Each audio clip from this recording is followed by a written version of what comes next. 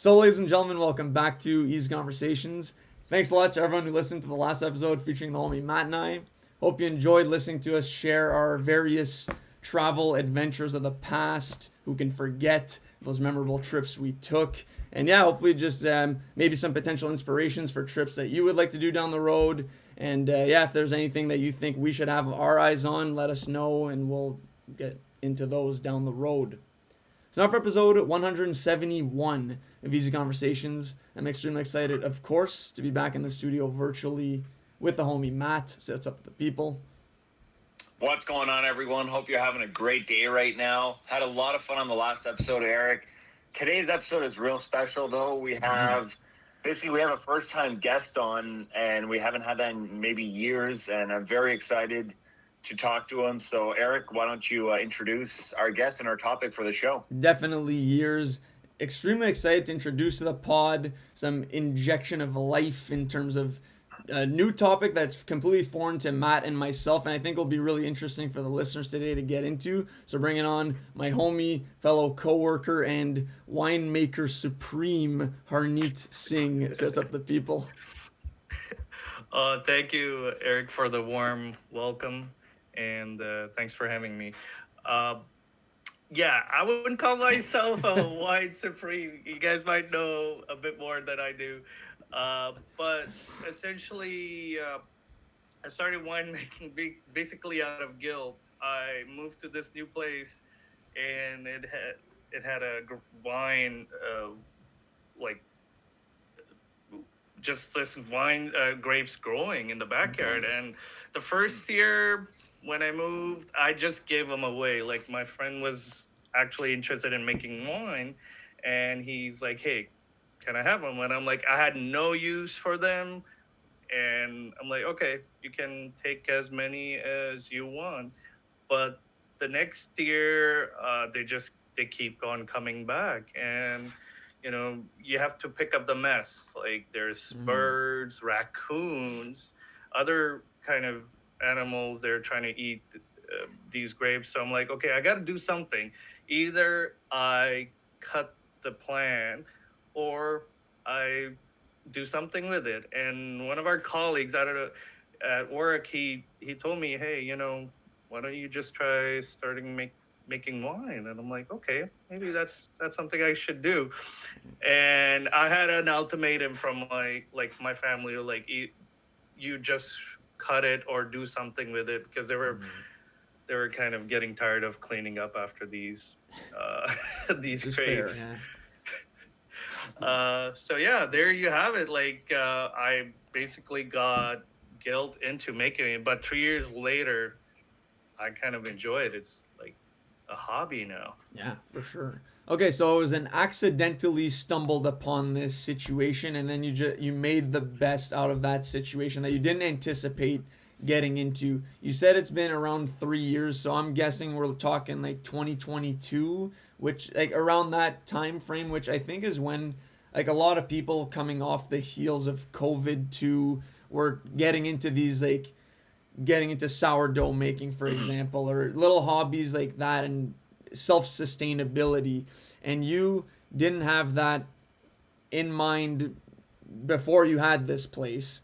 Were there any growing pains now of you've committed to, okay, I'm going to start making wine? How did you then really get into it? Then did you like watch a bunch of YouTube videos, have any help from anybody, or was it all on your own and like YouTube videos and stuff? Essentially, YouTube University, basically. I would call it university. So yeah, it was all like myself in my backyard, and I'm like, okay, let's do something. There was no big plans, because the thing about hobbies is that you're not judging yourself for success. You're trying to have a good time. So that kind of the stress, it's out of the picture altogether. So it was just myself, and I had my neighbor coming to help me from time to time. No planning. Watched a couple of YouTube videos. There's this webpage I follow, and you're gonna find a lot of resources online for home winemaking, beer making, any other sort of like homemade stuff.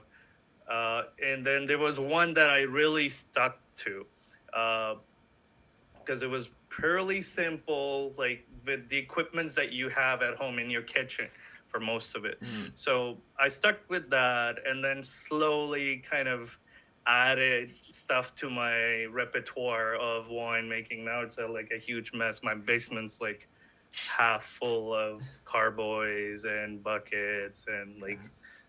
different things, yeast, Yeah. all these things. And you're probably familiar with yeast with your sourdough, Yeah. so kind of that's a Get into different that. conversation. Yeah. Get right on. I have a question. What's your history with wine in the sense of like drinking it? Have you Mm. always been into drinking wine, or did you develop more of an appreciation and like palate for it after the winemaking? Like, yeah, what's your history with wine drinking in general? Mm-hmm. Actually, Actually, like I bring us back. wasn't a huge wine drinker, like at all. Like, um, a bit of a whiskey drinker, sipper, but nothing crazy around most of the alcoholic beverages. So when I started, I didn't even have an idea of what I was making. Like it's a recipe. It's like you're making butter chicken, and you Mhm. don't know how it tastes like. That's how Mm-hmm. it was, because you drink wine once in a while, you forget about it because you're not a big connoisseur. So I had zero kind of background. I didn't really enjoy it as much, and I think once I made my first batch, I really started to appreciate like how these are done Mm-hmm. and the taste. And like I never understood, like if you go to LCBO or SAQ in the Quebec side, Mhm. you'd have maybe 60 to 70% of the liquor store with wines, different Mm-hmm. type of wine. And I never understood like what was all that fuzz about, until kind of us really got into it, and it's a big industry. Mm-hmm.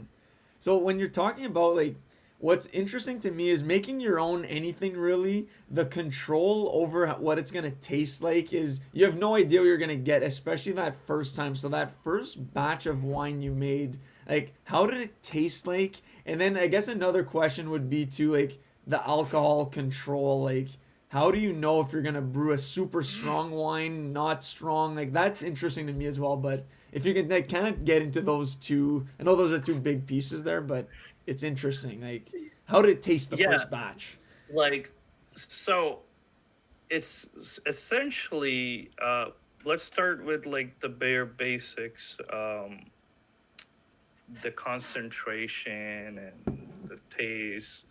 uh that's one of the reason like the inventory of wine is so big in any of the liquor store is everybody has their own taste. So Mm-hmm. my only point of reference was my neighbor across the street. He's a big wine drinker, Okay. and so when I made the first one, it was really too fruity because I literally picked the grapes from my backyard. Didn't mix them with anything, just bare basics. Um, and adding the sugar, and I'll get to the concentration and all that later on. Uh, and that was my only point of reference. And then I realized it was a bit mistake because you have everybody have their own kind of preferences with wine. Like you and I, we can both enjoy wine, but not the same type. Um, so that's how it started. So he was like, "Hey, it's too fruity for me. Mm. Like I like it, but I won't drink it on the regular." So I'm like, "Okay, you know what? I'll make it less fruity for him." So I added a bit of little bit of sugar added and try to re-ferment it and make it more drier than fruitier. And it wasn't to his taste still, even after that. So I kind of Tough realized critic. then everybody's have their own taste. Yeah. Okay. Um, and I know you were talking about concentrations. That's like all chemistry. I have a chemistry background, so it's all Okay. chemistry. It's all recipe. You don't need equipment, crazy equipment to figure out what the concentration is only until like if you go to like commercialized wine, then you really need to be really specific about what's the percentage. But homemaking wine, you just measure stuff before. So something called specific gravity (SG). You and I'll get to that. Um, you We're not you chemists measure over that. here. We need to hear what the SG is. No, you, Don't have that but these background. are the basic things like you'll get to learn, Okay. and it's fairly simple. It's a simple math. It's a 1-to-1.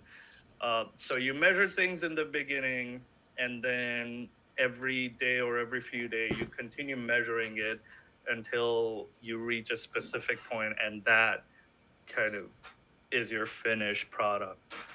So specific gravity is essentially telling you how much sugar or other contents you have in your liquid. So specific gravity by default of water is 1. Mhm. Anything above that means that there's more than water. And since we're working with grape juice, which is a lot of sugar, Mhm. that's the best way to kind of measure how much of your sugar has been converted into alcohol. So more you consume, closer you get to 1, closer you are to the finish of your kind of fermentation of wine. Okay. So more sugar equals more alcohol. Is that kind of the? Yes, but there are limits. Okay. So yeast, as you know, can only ferment as much. So up to like a wine yeast or like a fruit yeast or a mead can maybe go max 20%, maybe 20-25 max. Like if it's everything is perfect, like good environment. There's a lot of things like you need to make sure to get to that point, but usually 12-10% is your kind of Mhm. average. And if you want a higher concentration, then it's not a wine anymore. It's something else, some other kind of alcohol, and you have to do distillation to kind of take out the water and keep more alcohol concentrated. So that's where you get to these 40%, like your whiskeys, your scotch, your rum, all of those. Those are like fermented. So you kind of evaporate the alcohol, leave the rest Mhm. behind, and then you keep on doing it until you get to a certain percent that you want. Okay. So, but up until getting to that 15, I don't know, 20% wine uh, alcohol percentage, yeah, more is better. More sugar is better, but there's a range to it. Okay. Gotcha. I just want to bring it back to something you said earlier. You said like your hobby, it's supposed to be fun, not like feel like work, and you're doing this at the end of the day for to try something new and stuff. And I also like what you said that. Well, I like the fact that you saw that the vines in your backyard, and you're like, you kind of chose the hard way where life handed you lemons and you made lemonade. Life handed you vine grapes on a vine and you made wine. What's the amount of time dedicated to this Mhm. project? Like, is this something that you have to maintain day to day, or like I know nothing about winemaking, so I don't know the steps or anything. But is this like an all-consuming thing at the start, and then you just let it? Is it all about patience in the end? Like, what's day one? You're snipping the grapes out of your vine, and then when do you get it in the bottle in the glass? At the end of the day, is this like months, weeks, a year Oh, in? yeah. I'm not sure. Can you illuminate us on all that, Actually, please? Yeah. all of the above. All right. Okay. So, kind of winemaking is, I would say, 10 to 20% recipes and almost 80% patience. Mhm. That's why I have more appreciation of wine now than I had ever. Um, and, I'm a bit more critique about wine and the taste than I was before as well, because, you can see the dedication and the time put into a wine the moment you taste it. It tastes like bland, not too great, somewhere you missed a step. But if it tastes good and you're like, oh, this is amazing, that person, that company put a lot of work to it. So yeah, recipes there, but mostly is patient. Now, there are two different aspects of what I did. There's a farming aspect and then the wine making aspect. So you can totally skip everything up until having like wine extracts or wine juice. You can buy Okay. these pre-extracted juices there's like local stores and make your wine with it. That's like the simplest way, less hassle. So you start with the juice. It's like buying those wine making kits that you can see in Costco or Mm-hmm. Walmart or like other stores. So that's the actual wine making. Anything before that is just farming. You have to have patience, and farmers have a lot of patience. Yeah. These guys. Uh, so each year is different. Your season, each season impacts how your grapes are gonna taste. So going back to daily, monthly, yearly, all of the so for the grapes, I have to look and take care of them on the daily. Make sure enough water. Temperature changes. Like this year was warmer, so my grapes had a different taste. Leaves, like there's some bugs who eat like they enjoy the the grape leaves, so they almost took down half of my Oh, grapes jeez. there.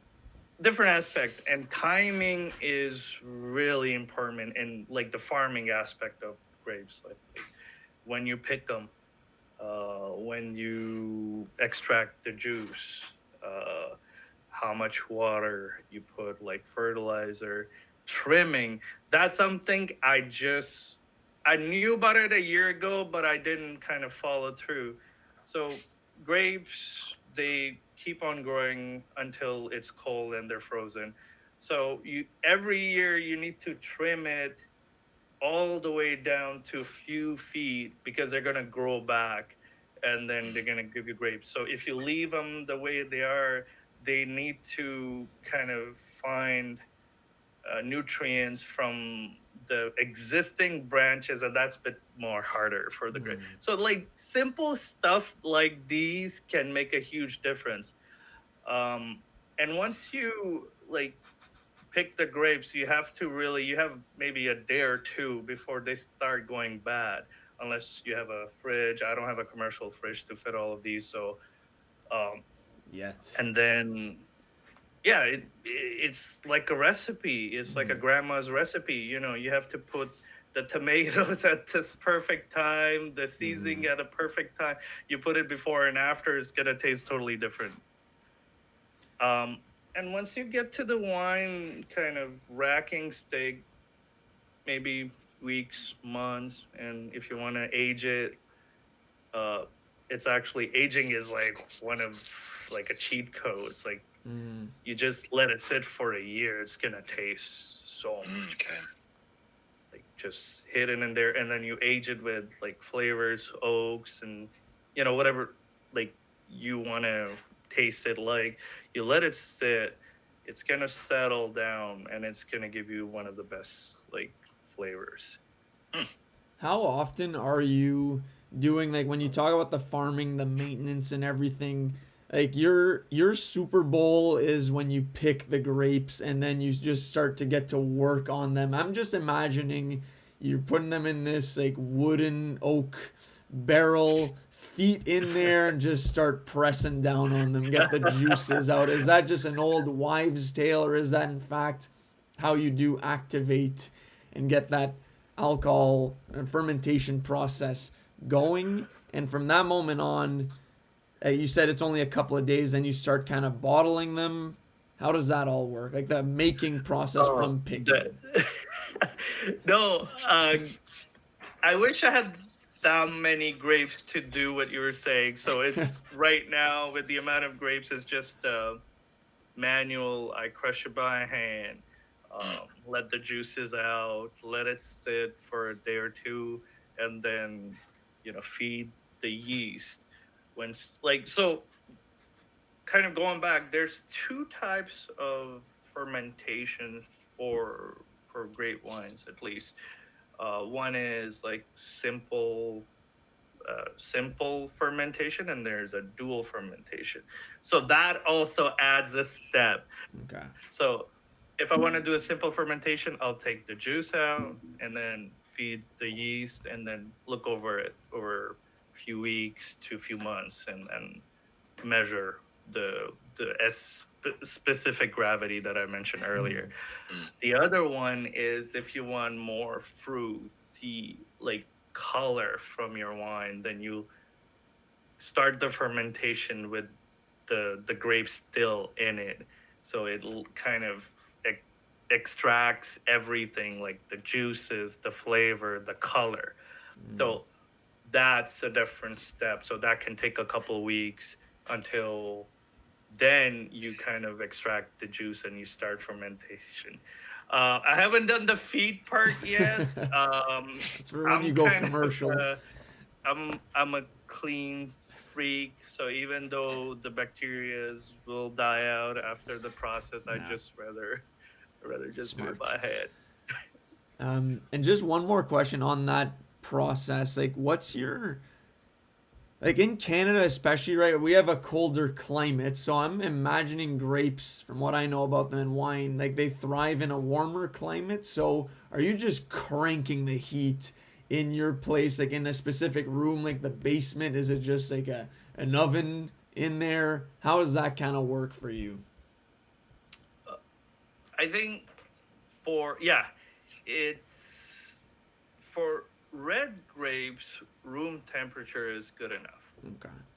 So I have a couple of carvers right on my right side. Let me just show you if Yeah, I let's can. see this. Yeah. Oh, Nice. These are my extremes. So there's a light right now, but usually you'll keep them in the dark. Um, so the red one is sort of like a failure, and then the white one is like too sweet. So I'm working on these two. So room temperature in a closet doesn't Okay. doesn't bother anybody. Uh, it depends on the yeast. So when you buy yeast, so there are different sorts of yeast, and each of them will result in different flavor, taste, and they would have range of like the extremes of the temperatures. So as long as you follow those, they're fine. Usually room temperature is okay. I keep it in my room. I have a gaming PC that kind of provides enough heat Yeah. for the day. And if it gets cold, it'll just slow the process. Yeah. But you don't want it to get to the freezing part because Of that's course. when the yeast will die off.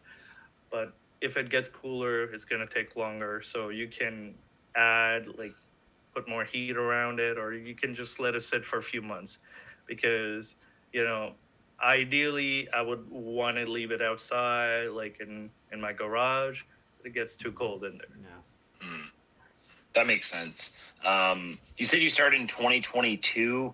Was there like a lot of trial and error to a successful finished product? So, like, have you even gone to the point where you want to be at, or were you successful right away? Is winemaking frustrating at the end of the day, or have you been rewarded yet with like a very satisfied bottle at the end of the day? Like, talk us through the trial and error if you could. Yeah, there's definitely a lot of trial and error. Now, if you haven't made mistakes and you were successful at the first trial, then you kind of really didn't make wine. It's like you didn't grow if you didn't make mistakes.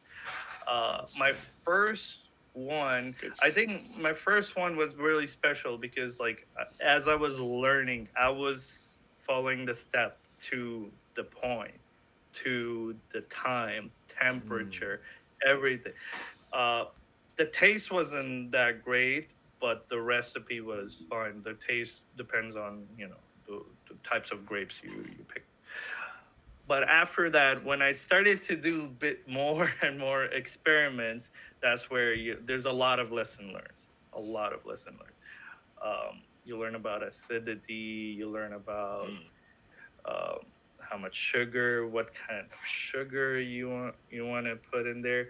The biggest aspect, I think, is the cleanliness, the cleaning Oh. products. Mm. Uh, like, and if you talk to somebody who makes beer, they'll be on top of it because it, it's even more important for beer making to be clean. Use the specific products. You can't just use your dishwasher liquid to clean your stuff. No, Okay. you need a Really? specific cleaners, Hmm. and for a specific kind of equipment. Like glass is different, plastic is different, um, sanitization, your equipment, like masks, gloves. Like these are really important because as I was experimenting, I was kind of skipping a few steps here and there, you know. Oh, I think dishwasher cleaning is okay. Oh, I think it's fine. This is fine. Mm. And that's when you learn and you circle back. Okay, that's where I made a mistake. So the one that I showed you here, the red wine one, that was exactly it. I was trying to make a mix, and I got balls, like, and I have a lot to learn, and I'm like, okay, I'm gonna use my red grapes, and then I'm gonna add blueberries to it to make it Mm. darker, like a bit of a fruity flavor. Blueberry. I don't see that many blueberries wines in the market, so I'm like, okay, I'm gonna give it a try. Uh, missed an important step of sanitizing, cleaning, and I would add frozen blueberries randomly while it's fermenting, and that's a no-no. That's a big no-no because you have to destroy or kill all the yeast that are native to the fruit. Mm. And even when they freeze it, you unfreeze it, they're going to become active. So you have to first kill everything that is not the yeast that you want to work with. You have to, there's products there and they're not harmful. And then you feed your yeast the one that you want to make the wine with. So simple steps, and this one is super sour. It just kind of, other yeast started to compete with this, and I can, Mm. in my head, I can imagine like a world war going on in there. And then I think, unfortunately, the native yeast won, and it tastes really sour. But that's a lesson learned. Good So stuff. still a lot to learn, actually. Yeah. I'm just kind of a tip of the iceberg. There's so many different kind of grapes. They have their own taste, properties. Different sugars can have a different impact on your alcohol, and they can be even called something else. Like if I put honey instead of sugar, it's going to called mead. It's not really called wine. Like, Mm. and different mixes have different names. So there's fruit wines that I want to explore. Once I kind of mastered the grape side, I want to explore blueberries, other sort of Mm. wines, and kind of see what their properties are. Their properties are different. Like pineapple, it's more acidic, so I got to be careful. Grapes are a bit more acidic, but then blueberries not so much. Um, apple, I grow apples too. Try to make something out of that. But again, each fruit has their own property, so there's a lot to learn yet. Yeah, that's awesome. And that's what's super fun about any really avenue that you want to get creative with making your own drinks or food. Like there's the sky's the limit and you can go like as funky with it as you want, right? Like a crab apple white wine. Don't know if I've had that personally, but that could be a first made by yourself, right? So like that's awesome. It doesn't sound like there have been any disastrous attempts though, unless I'm not there's a story we're not getting here, but like I'll just speak on myself, and this is why I asked about the temperature too, where you may know Harneet, but I've spoken about this on the pod quite a few times now. Like it's ramping up more. Like I'm making my own kombucha. Like that's something that I'm working towards. I actually haven't been able to brew a successful batch yet, And one of the main reasons why the last time I tried, I had mold growing at the top of my brewing vessel. It's because the temperature wasn't hot enough in my house where the fermentation process wasn't happening quick enough. And then mold was able to grow on top of what's called a SCOBY, which is like a layer that grows in your kombucha from which you can make kombucha. Like that's what ferments the drink basically. So I was just sitting on there. That was a full-on fail. But since then, I've gotten a heat belt to wrap around the brewing vessel and to keep it at a temperature where the fermentation process can happen easily. And so far, knock on wood, hopefully by the time this drops, I'll have actually brewed a. Maybe I'll hit you up for some apples and can make an apple kombucha. Who knows? Yeah. But no, that's fun. So, what's your kind of next goal in terms of where you want to get to? Is it really just developing those different flavors that you spoke on, or like what's the next step in terms of what you'd like to accomplish with your winemaking? I feel like for now, yeah, other than like mastering or at least perfecting some of these recipes, maybe work on small batches to, provide locally, sell locally. But that's kind of a long term because so far, most of the time I only work with my grapes that I grow here. So I'm kind of experimenting, purchasing like commercial kits that people make at home,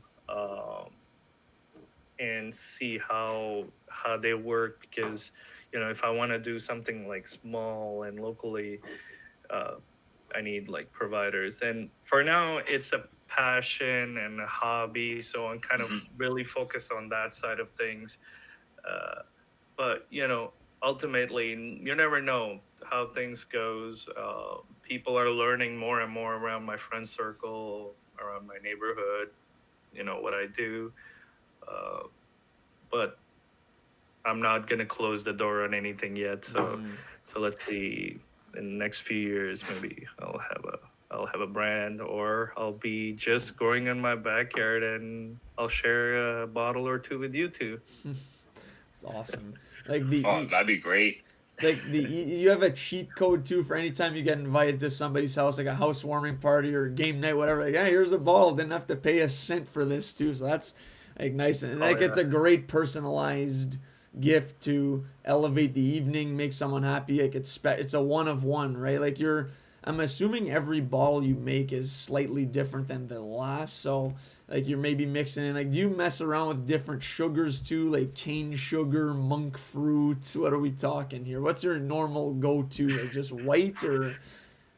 Yeah, actually, I'm a big fan of cane raw sugar, but it has a different impact on wine. So for this year's batch, I went purely white sugar. It doesn't have any minerals or nutrients that can kind of alter the flavor. So it's just a bland sugar that feeds my yeast. However, I bought a lot of honey, and No. and you Dude. never know. Oh. Maybe gonna try something with a bit of honey. I have a lot of. I'm a big fan of like sugar, like raw sugar cane. I have so much. So maybe try to experiment with those, but they do give you a different taste. It's a slight. They have minerals. They have other stuff. So it kind of alters the taste. So you got to be really test them by small batches there. So I got 1 gallon carboys that I use. So maybe a few of those and see which one works better. Awesome. That's really fascinating. Two-part question. You mentioned your chemistry background. So you went to school for. Did that give you a leg up on people that wouldn't have one and help with the experimentation?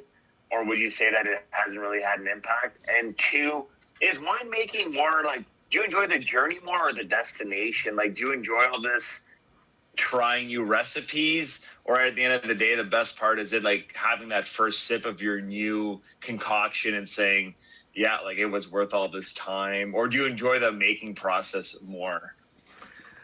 Um, yeah. So the first question, actually, you don't need much of chemistry background to do what I'm doing, but it certainly did help because knowing the equipment, the sanitation, the cleaning, as I mentioned, that's really major in like any sort of fermentation or sugar related, like, you know, uh, Eric can relate, when it goes bad, you have to, and I'm not talking about any sanitation side on your, it was temperature.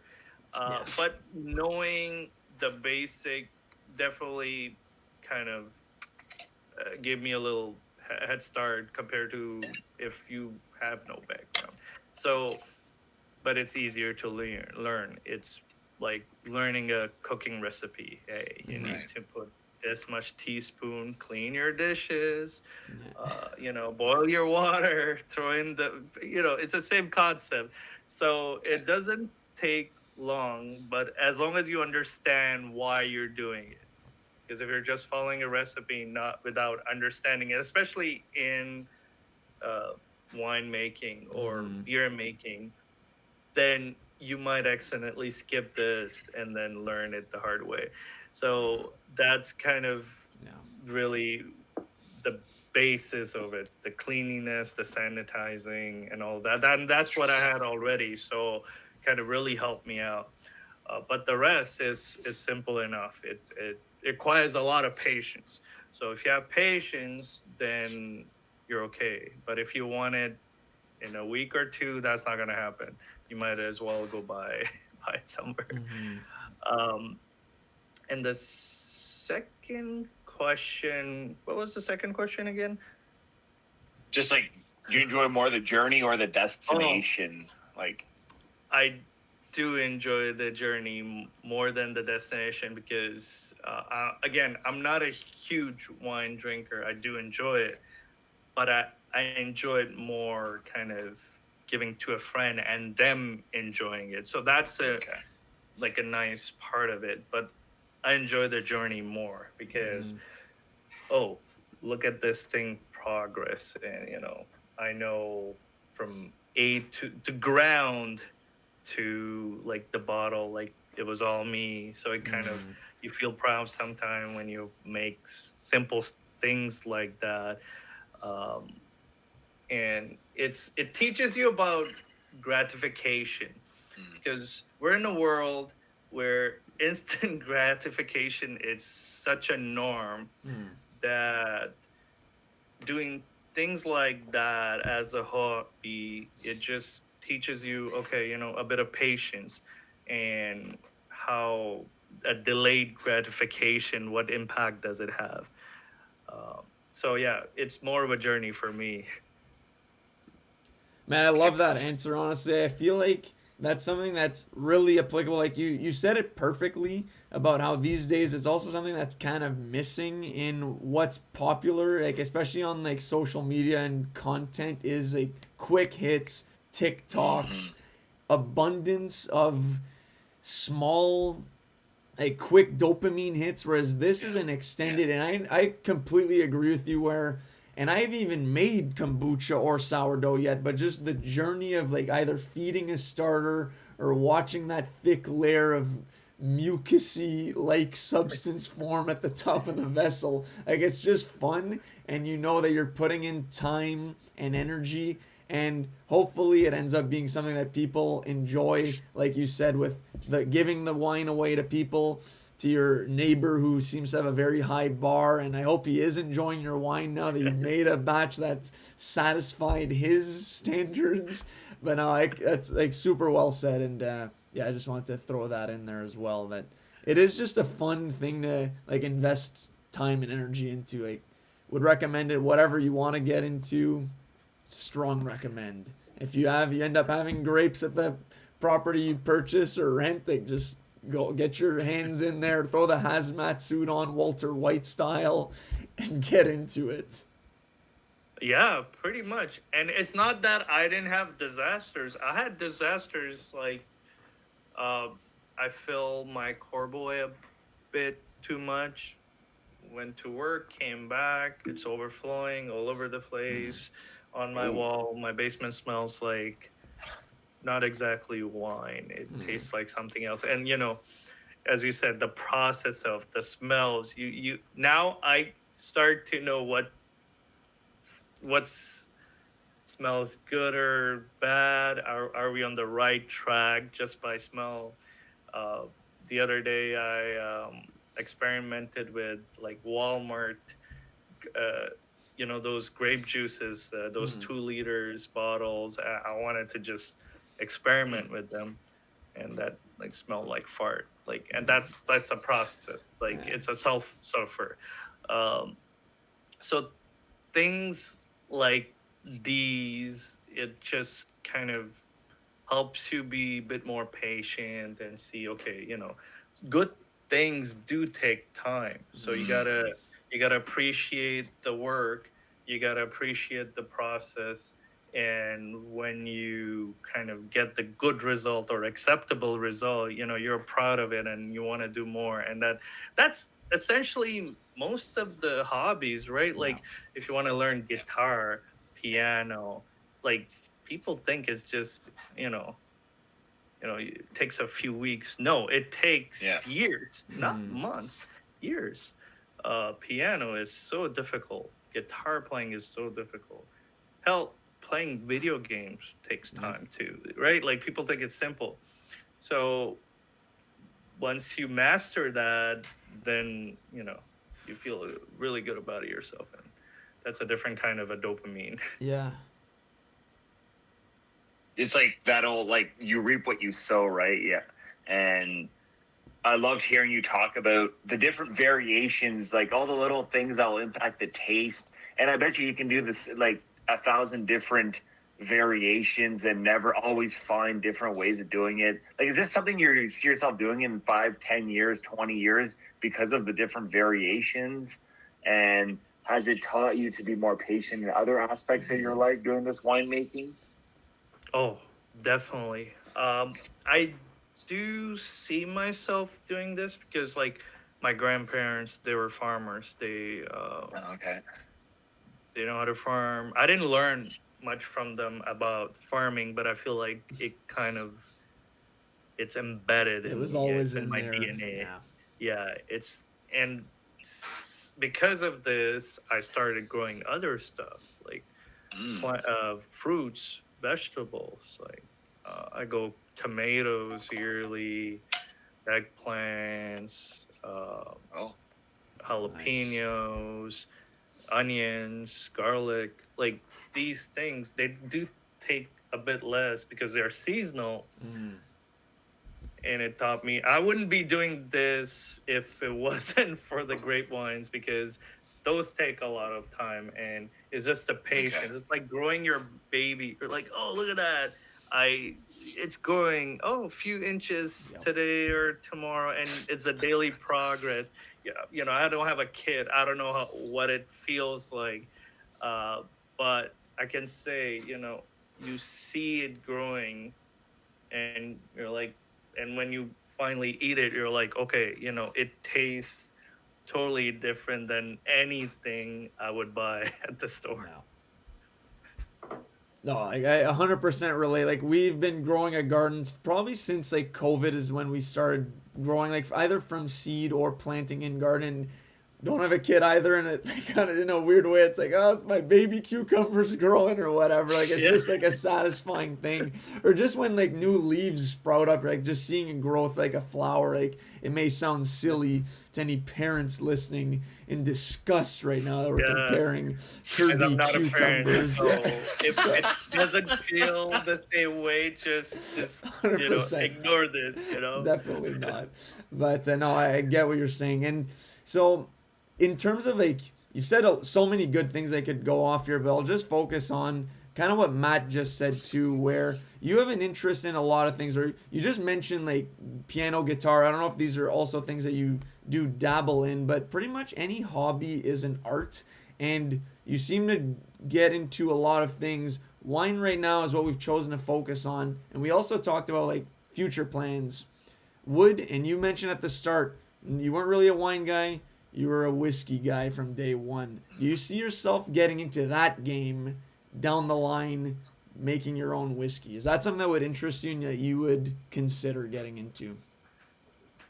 I wouldn't definitely say no to the opportunity. Now, and beer, they're a couple of the simpler, as I mentioned, simple yeast fermentation processes. Don't require much. You don't need specific equipment, and you don't need licensing. So that's something I'm being able to explore. Yes, whiskey is something that I would be open in the future if things go well, because that's one of my pets. I enjoy whiskey, a sip here and there. I have a small Johnny Lever collection, which I enjoy from time to time. Uh, but it's a bigger game. Whiskey is a bigger game, bigger equipment, years. You're talking months with wine. You're talking years with whiskey. Right. Oh wow. And I was just throwing it out there, like, can you even brew, like, make your own whiskey at home? I don't even know if you can, right? So, I'm just, Let's put legality on the side. okay, so Yes, you need a license, yeah. you could. As I was saying, most of the basics are the same as winemaking. For every alcohol, for most part, it's a yeast convert. Alcohol is essentially a sugar molecule, and then it was split by the yeast into carbon dioxide and alcohol. Essentially, that's what it is. And all alcoholic beverages, it comes from the same base. Yeah. It's different sort of yeast with, let's say, whiskey with rye whiskey, like that, with rye, with beer with wheat. So the basics are the same. It's just the next step, getting that 15 to 20% alcohol to that 30, 35, 40, and in some cases 45. That's the process. You can do it. Like, you Google it, people have done it with pressure cookers. You just, you know how a basic pressure cooker works. Yeah. You heat it up, and you just put hopefully nobody comes after me for that. It's just I never did it, by the way, disclaimer. And then you let the alcohol just kind of evaporate, and then you remeasure your alcohol, and then you get to that point. So you could essentially, but you might like have an explosion in your room, or like, so Okay. it's a bit more controlled. You need more specific equipment, and again, health and safety, cleanliness. Yeah.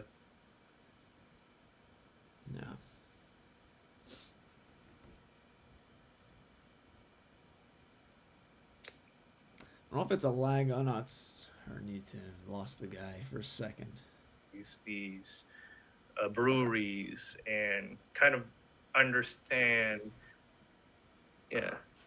Okay. So yeah, maybe one day you'll see me in a whiskey label. I don't know, but That'd be awesome. I won't say no to an opportunity in the future. Cool. Are there lastly, like, has this been opening like the floodgates? Like this, we want to talk about like self-sustainability this episode, and Eric with your kombucha. Like, are there any other avenues that you're like to pursue? Not necessarily like making an alcoholic beverage, but is this like ignited a passion to maybe create more things from scratch in your home? Or has this ignited a passion to make different things, create? Oh yeah, definitely. Everything essentially. Like I have this desk, riser desk. I bought like a kitchen top, and I installed it on a motorized riser desk, and I have a desk which costs half as much as what's in the market, and is stronger, more durable. Um, Growing your own plant. If our our summer season was bigger, getting into that, Yeah. doing basic things by yourself, because it's knowing the process of how things are versus when you buy something and you look at the ingredients. There's like perhaps 5 or 10 that you can't identify. I have a chemical engineering background, and I can't identify some of these. So imagine like a general public. So that versus just, you know, flour and water and maybe yeast. Yeah. 3 simple ingredients. Like I'm giving an example. The stuff like that, making at home, I feel like that's something we're missing in today's society in general. I feel like because we're going back to that dopamine instant gratification. I want food. Okay, I'm just gonna go get it. I want this. I'm just gonna go get it. Like, Yeah. oh, for example, my shed. I wanted like a storage racks. Uh, I could have just gotten it from Costco, those metal ones. But no, we built it. Like with my neighbor, we bought like a bunch of 3x4s, 2x4s, and then just made a bunch of racks. Cost half as much, more durable, and I can do it now. I learned it. So things like that. These are the skills I won't forget. So That's awesome to that's hear. I was just gonna say that's the thing. That most things out there you can learn, like you've learned, Harneet, with your winemaking, and like I'm learning with my like the different kombucha, sourdough, and all that. The University of YouTube has literally everything you need out there in terms of learning new skills and then applying it. Well, yeah, it'll obviously take more time, some growing pains. You may mess up along the way, but it's so much more satisfying than like paying someone to do it or having someone else do it for you. And then you've acquired a new skill, ideally for life, that you can then maybe help. Like an easy example is like learning to change your own winter tires. Like I've been doing this now for 4 years, which was I'd always bring it to like Mr. Lube, get just rinsed out there out of my hard-earned money. But now like I haven't done that in years. I changed my wife's tires as well. Like it's just a fun thing to do. Like, and I enjoy doing it as well. Like you just feel good about yourself. Making your food is pretty similar, and then you get to eat good food as well. And like you said, it's somewhere else where you don't necessarily need to buy like the sourdough. I'm hoping like I'm actually gonna make sourdough. I've already started the process for today to make it tonight, and then tomorrow to put in the oven. It's like a full 24-hour thing to make sourdough. So we'll follow up on the pod, and Harneet, you'll hear about it most likely on Monday at the scrum. I'll let everyone know if it was a success or not, and one day hopefully can give bread to people. So just to answer your question to Harneet, Matt, like those are kind of what I'm looking at is just master sourdough, kombucha, and then from there anything else. Like I'm someone who just enjoys learning new things, trying new things, and there's so much out there, especially in the world of like culinary arts, trying a different recipe and then doing it like from scratch ideally. Like there's few things more satisfying than that in cooking. Is like really putting yourself in outside your comfort zone. Like even making pasta one day, who knows? Like that'd be cool instead of always buying, just learn how to make. I don't think it's that hard to do either. It's just we figure like, oh, it's like I could just buy the pasta.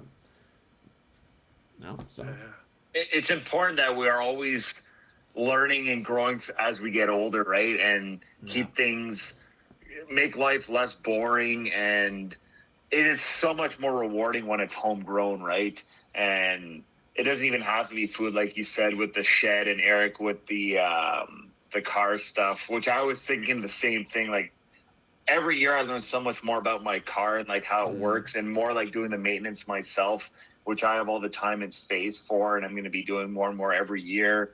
And I picture myself for what I knew and what I know now, and it's so much more. And I can't imagine in 5 more years what I'm going to be doing more by myself and learning. I'm pretty like, my knowledge of like food, making my own food from scratch, and like winemaking is very rudimentary right now, rudimentary and like small. But hearing you talk about the winemaking was like, it was a very fascinating, like I could listen to you talk about it more, and I kind of want to go watch a quick YouTube video on like how exactly it's made, because you mentioned a lot of terms and stuff, and to me, this is like, I'm in elementary school right now. So it was really fun listening to you talk about the process and your trial and error. And I didn't realize that all the different variations, how it impacts the flavor so much. And no wonder when I go into LCBO, there's like 2,000 different bottles, and they're all going to taste different.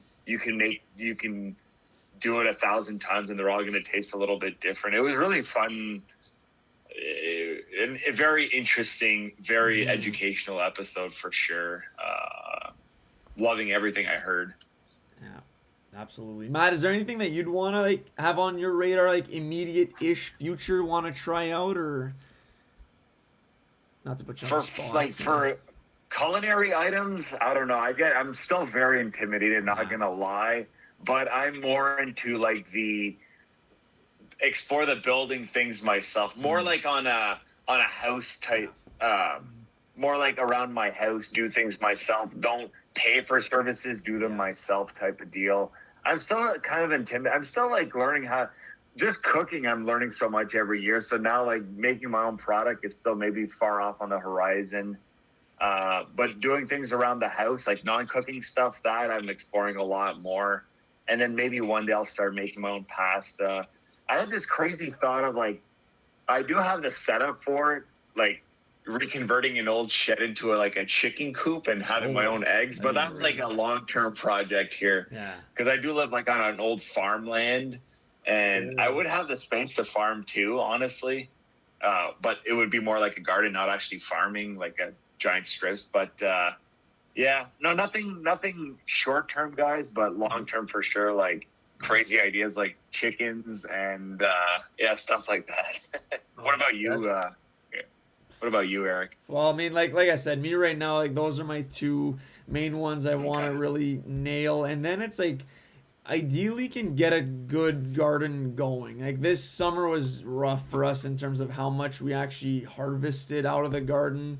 We're kind of tinkering with like moving our raised beds and trying to find the best spot that has like that light to shade ratio, which like I think this year we had it too close. Like we're like Icarus out there, just flying too close to the sun, and leaves were burning, roaches were eating like the stems. Like it was just ugly. So getting a good garden, and then like I want to get into like some funkier fruits and vegetables like watermelon, radish, stuff like that. But I feel like I gotta just master the basics first before diving into the deep end.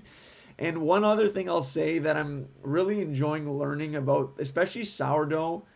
I don't know if either of you guys have ever made sourdough, but I've watched like 10 videos, and all 10 have different recipes for how to make sourdough. And it's all like, the worst thing you could tell me is it's all feel. Like I want a set recipe of steps to follow, but they say like, you're going to just know if it's right. Like I'm not going to know if it's right. So I'm interested to see how it goes after we do this pod, but they say the first sourdough you make, like it's hard to get like a perfect one right off the rip. We'll see how it goes, but it's learning that way. I feel like in the long run is better than always being someone who relies on like quarter cup of this, half cup of this. Like if you can kind of just feel stuff out, I'm getting a lot better at that in terms of I used to really follow recipes down to the T. Now it's like I'm just sprinkling cinnamon in there, handful of salt, whatever. I kind of taste as I go. So I'm happy I'm getting better in that sense rather than just being like because it's super easy to follow a recipe, but if you're just mindlessly following steps, are you really learning that much?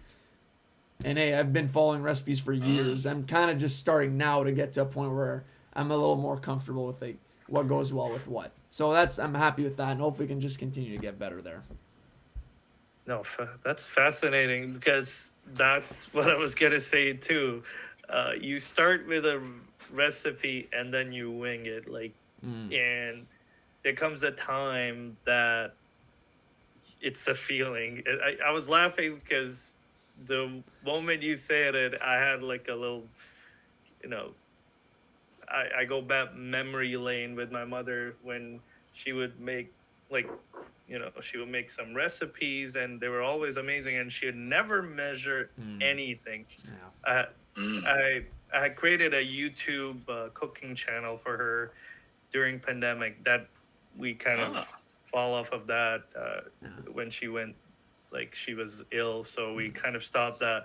But it was me when I was trying to make like the video, I had to put exact amount, and asking her was a mission because it's all feeling. Yeah. She like, all right, I'll put salt, this spice, this spice. I'm like, okay, hold on. Tell me the exact amount so I can tell my audience. And she's like, oh God, okay, let's do that again. And it took a few tries, so we got the measurements. And that was a few years back. And I'm slowly starting to be the same way. So Nice. I'm cooking, and then my mom's like, "Oh, what is that?" I'm like, something I made." She's like, "Okay, this tastes good. Tell me the recipe." I'm like, "Sorry, I just like put a bunch of things together. It felt good. I'm not even tasting the salt, but it's pretty good." So you kind of get to the feeling part, Eric. Maybe soon you'll be like the sourdough expert. Fully. And you'll like look at it and you're like, okay, I don't have a good feeling about it, Harneet. Just add a bit of this and it should be good. Nice. But yeah, I mean, that's kind of all I had in terms of like plans for the future and like self-sustainability, really. Was there anything else you guys want to cover on that front, or? Yeah, kind of, Matthew kind of got me thinking on the more of a hands-on handyman kind of self-sustainability because there's the growing part, the eating part, but what about the rest, other surroundings? That's definitely one of the things that we're missing. Like I remember going to my sister down south and cutting the grass, doing the basing things. They hire people there, and I'm like, why don't you just do it? And I didn't have a house at that time, so she's like, no, they'll do it. We'll pay them I don't know, X amount of money, and then I realized, what if I just learn these things myself? I'll know what I'm putting. I'll probably put a better quality material, and I can fix it anytime. So my next goal is I have my driveway, and it's the pavement. It's like those tiles, those not interlocking tiles, but those tiles. So my next goal is to kind of rework on those because there's a few bumps here and there. So that'll be my next mission, maybe next year, to try to fix a few of these. And again, that's the manual part, fixing your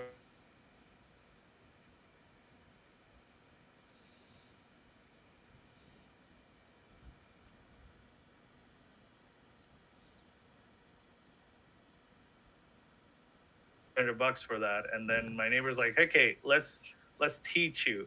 And then we opened the damn thing and we fixed it. It's awesome. Saved me a few hundred. I got him a few bottles of wine though, but that was the currency. Nice. I guess I was talking about long-term goals for myself, but short-term, there is something, pickling stuff, basically. Like my girlfriend's grandfather does it all the time. Pickled garlic, carrots, asparagus, pickles, of course. Yeah. But like different, I didn't even know you could pickle half these things. Pickled eggs, like that is something I can see myself doing that doesn't require a lot of like time and energy.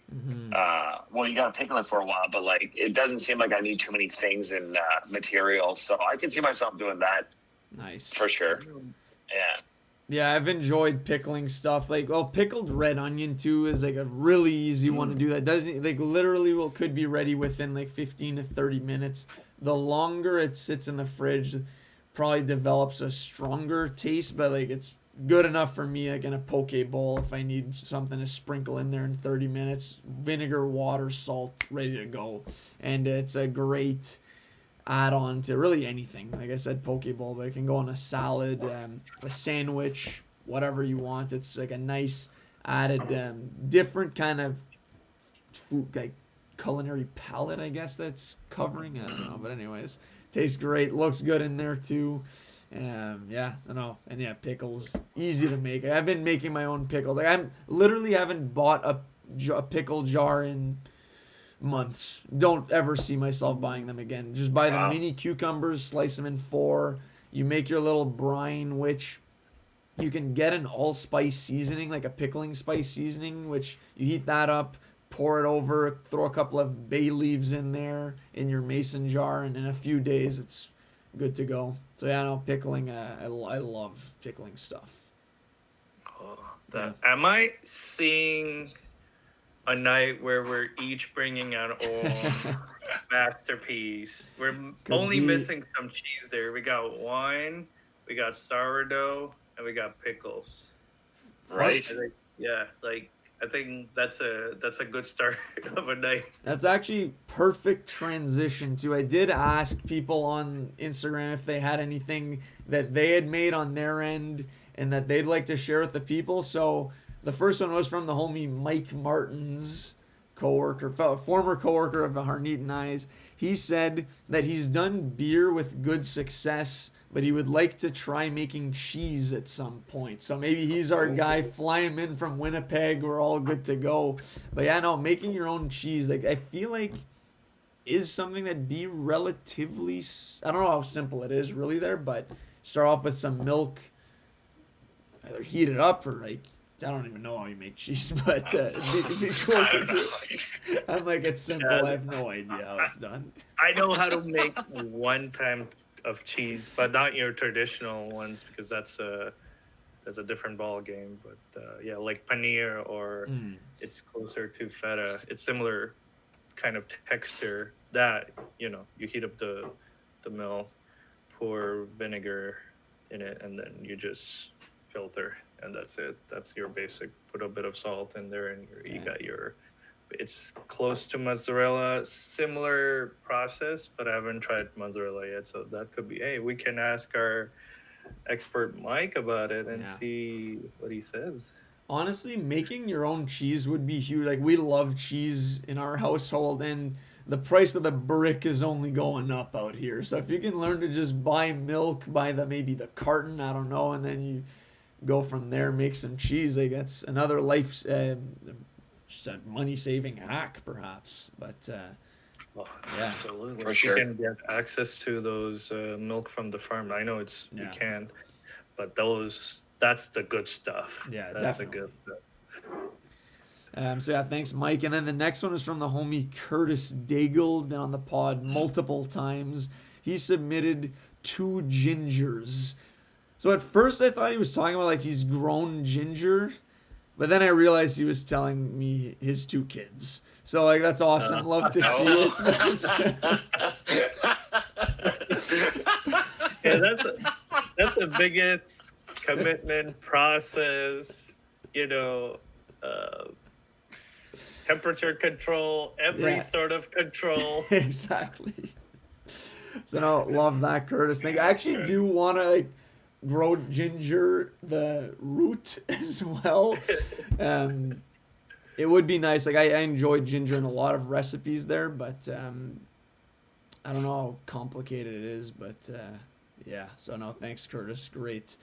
As always, great submission. And then this wasn't an actual project that he's done, but our also coworker Will, he answered my story saying, "You should have Harneet on as a guest. I feel like homegrown projects are his specialty." Now I don't know if you tipped him off that you were coming on the pod or not, Harneet, but either way, like, he just knew that you were someone we had to have on for this topic, and it's safe to say you absolutely delivered, and will be thrilled to hear you on here when this drops. Did you tell him that you were coming on the pod, or? I don't know if maybe Okay. I might have, because I told a few of the coworkers, so he Okay. might have been one of them. I don't recall. Either But way. no, we talk about all the homemade stuff, like, hey, I made this, I'm trying this recipe. So yeah, he probably kind of put them together and then Yeah. It's good stuff. But yeah, those are our submissions. So again, thank you everybody for submitting an answer. And yeah, I always love when you reply to our stories, asking for engagement. Always great to hear from the people. So yeah, I think we're good on this topic, Harneet. We end every episode off with random recommendations. So any sort of content we've been consuming, whether that be like a movie, show, music, something you're reading, is there anything that you've been taking in that you would like to share to the people that you think would be interesting for them? Anything for us on that front? like an entertainment movie, Yeah. TV Hey, shows. it could be anything. Yeah. It could be a new workout routine. There's quite literally no wrong answer here. I would say I recently got back to watching some TV, and there's this show called Robin Hood. I don't know if you guys watched it. I'm feeling it's not as good as the Game of Thrones, but I feel like the setting is getting there. So if viewers, you're interested in a new show, it's a nice setting. Couple of actors from the Game of Thrones in there. I can't recall their name, but good show. It has like 4 or 5 episodes right now, so good show to start with. Okay, right on. Yeah, I had seen someone post something on Twitter about it. Do you know where it's streaming? Like I saw it was a good post on it as well. Do you know where it's streaming or where we can catch it? Let me check here. I think it's probably HBO. Hold on. Okay, nice. But no, I love like anything set in that kind of time frame is right up my alley. Like the medieval fantasy, like I love that stuff. So that's great. Oh, actually, Disney. Oh, okay. Really? Okay. Never heard of this. Disney, sorry, no, Disney Prime. Sorry, Okay. that's why I'm like, I don't have Disney. Yeah. I have Prime. It's Prime Video, Okay, Amazon. nice. So you guys have that. Yep. Absolutely. Good stuff. I'll give that a go. It's been a strong year for TV. It's tough to keep up with everything there, but I'll try to add this to the list before we do our top 10 show. It's so tough to kind of keep up nowadays. So I've been off the boat, and then this popped up. It doesn't have that much high rating in IMBD, but it's fine. I think I enjoy it, the slow pace, and maybe it's setting for a next season. Okay, nice.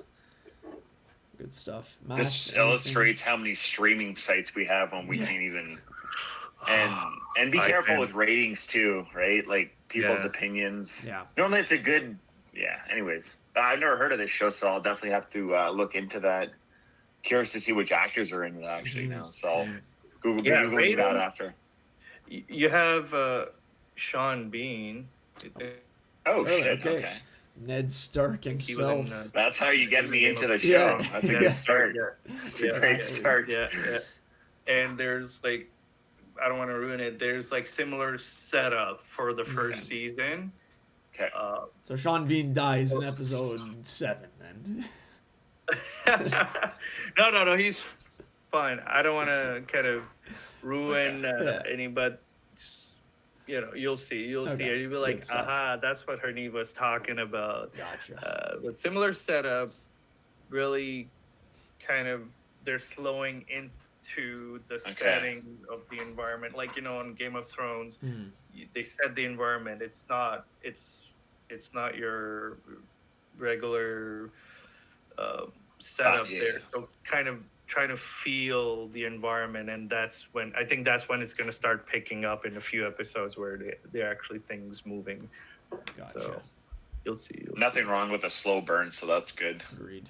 Yeah, like honestly, I don't watch that much TV nowadays, so a slow pace is good enough. And I think I was actually reading about how today's TV shows, they're kind of dumbed down. Yeah, could see that.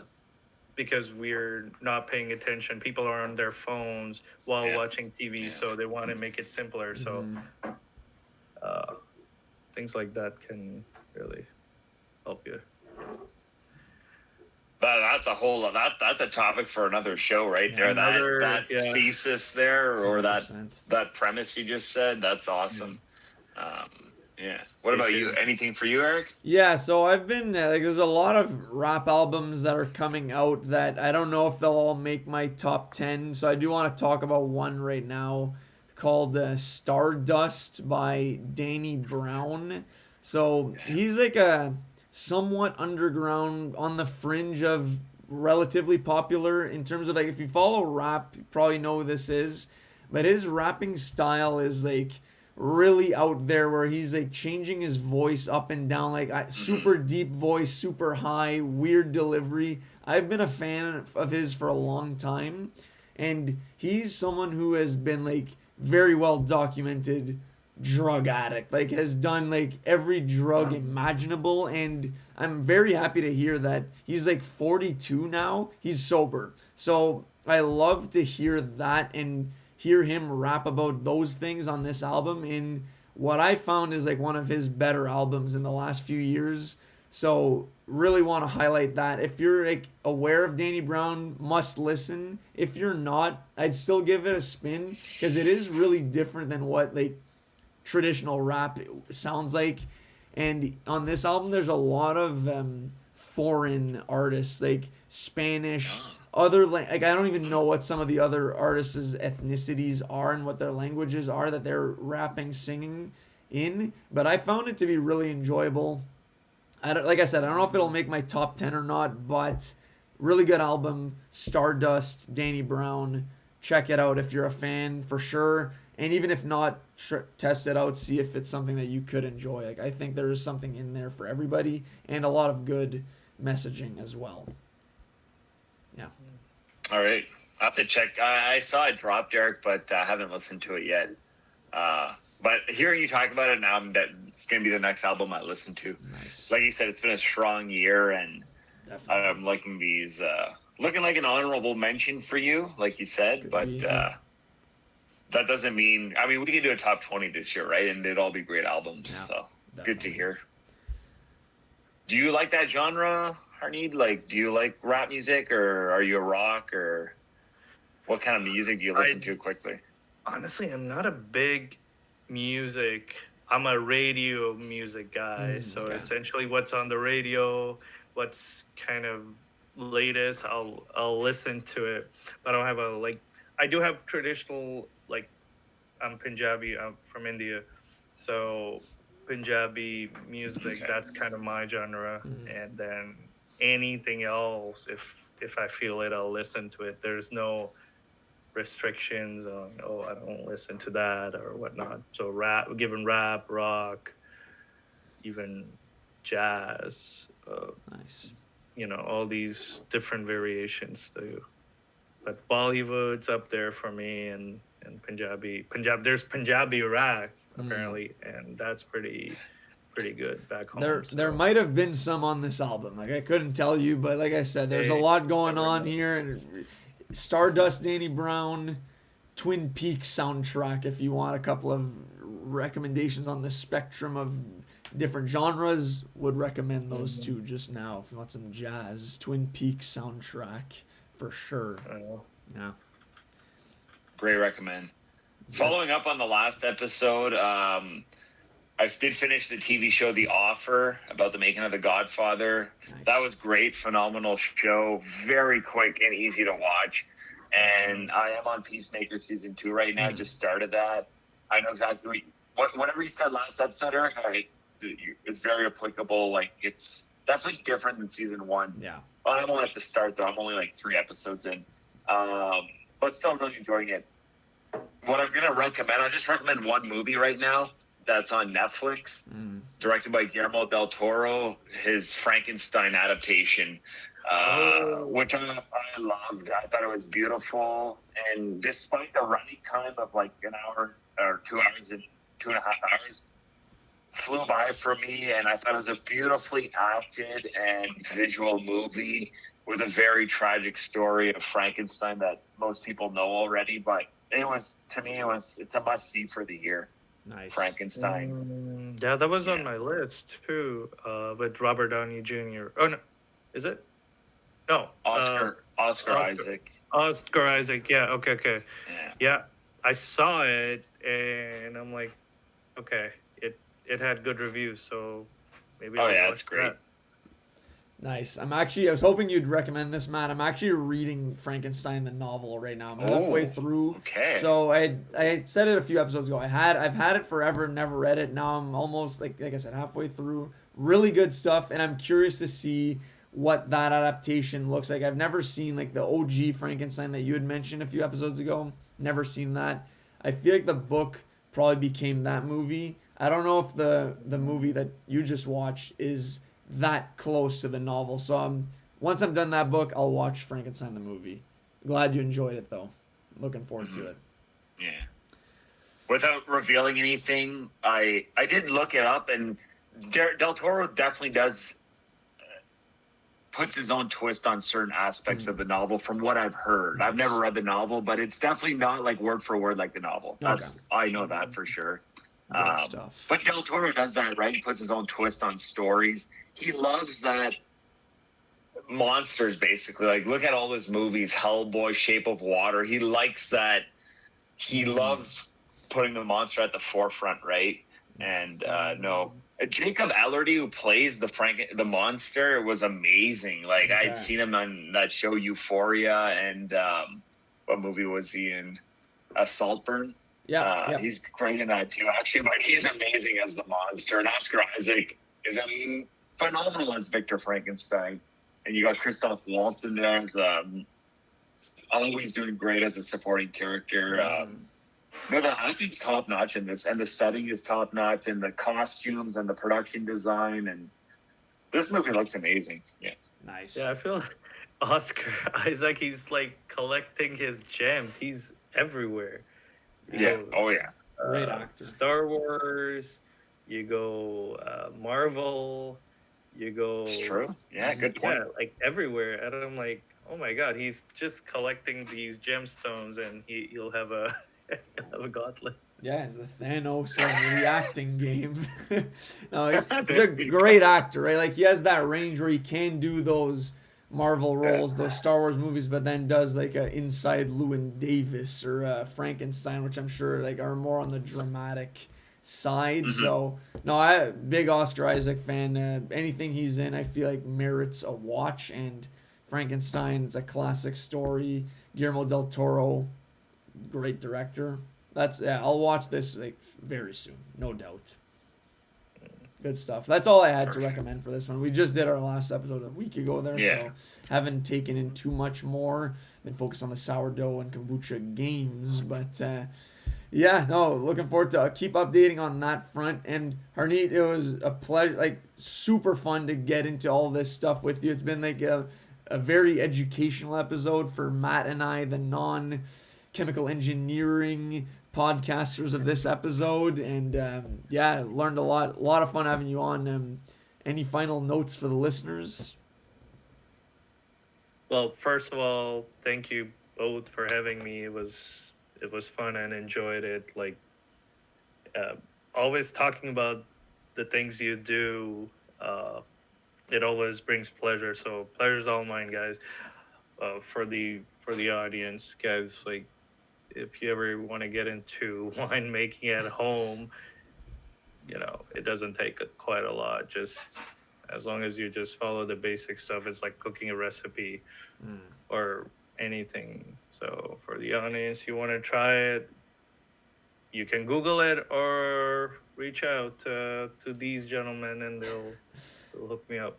Exactly. Reach out to us and we'll put you in contact with Harneet. So, There we go. well said, man. Matt, as per usual, a pleasure. Great episode. Any final notes for the listeners?